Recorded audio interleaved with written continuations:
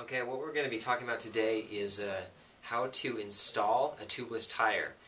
Now, there's several different tubeless systems you can use. The UST system that traditionally Mavic uses, that's what they've kind of patented for theirs.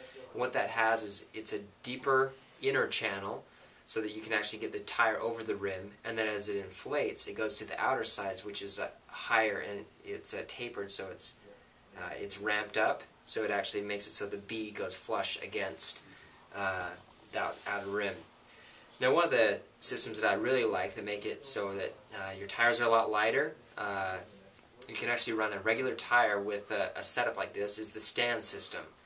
So what it is that the stands have specific rims. They're called, I use a 355, and what it is that you can use regular tires, and the reason why you can do that is because the cavity in between the rim and the top of the bead makes it so that it just holds the bead right against the sidewall, and also it does have a deeper rim channel, and they do have this tape that actually seals it off so that where you have your eyelets for your rim, you go ahead and you stretch this tape and you put it all the way around, and then you go ahead and install one of their valves. So just put it in where you make a small hole in the tape, and then go ahead and screw this down so it's tight.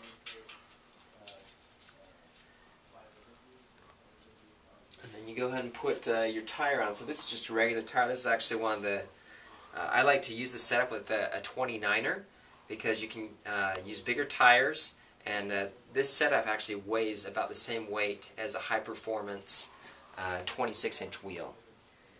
So go ahead and make sure that your tread patterns go in the correct way, and set your bead on one side.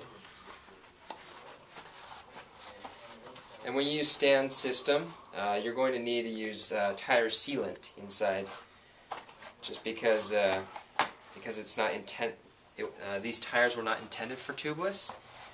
To use it with a system, you do need a sealant to fill in any of those extra gaps that are, so you can have an airtight ride. So you go ahead and put the it's really easy to put these on. So you go ahead and see the tire's already on, and grab your CO2 cartridge. Then you can go ahead and just pump up your tire. Put it on. You can see that as the bead sets up against the rim, you need to make sure that it's, as the tire is manufactured, you can actually see the bead and where it's actually sewn into the tire.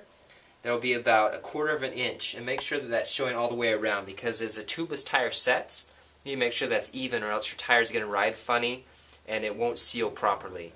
So, okay, so the tire's set up. You can see right here. Here's a good. Okay, so this isn't set because you can see the tire on this side, and you can see the tire on this side where the bead's actually sewn in. And so in this area, to actually help the bead, you can just pull the bead out. You actually need to have pretty high air pressure at this point. So I'll go ahead and, since I've already used my CO2 to set the bead, just to fully set the bead, I'm going to put a little bit of air in it.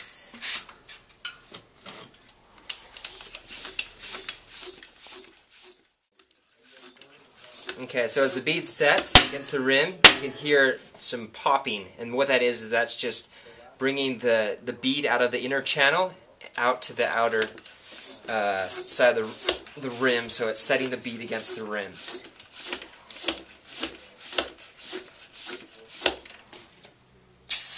Alright, so I'm at about 30 psi right now, which is good for riding a tubeless tire. You can run lower air pressure with tubeless tires. And because I have that sealant in there, it looks like the bead's all set. Yeah, so it's good to go. Got the sealant in there, and got our tire all pumped up. There's lots of benefits to running tubeless. You can actually run lower air pressure. Your tires might weigh a little bit more with a tubeless tire, but you're going to get less flats traditionally, and it also gives you better traction because you can run lower air pressure without worrying about snake bites pinching your tube, and you don't have to, with running sealant, If you do end up getting a hole, you just go ahead and spin it to that spot. Lots of times it'll seal by itself. But if you do end up getting a gash in your tire, you can hear the air coming out and the sealant's not stopping it. Go ahead and move your tire so that the hole is at the bottom, and then as you move it there, the sealant will be able to set just on that one spot. And so instead of spinning around, it'll be able to set there, and it should seal your tire because of the silicone that's in the sealant. So yeah, see you out on the trail. Thanks.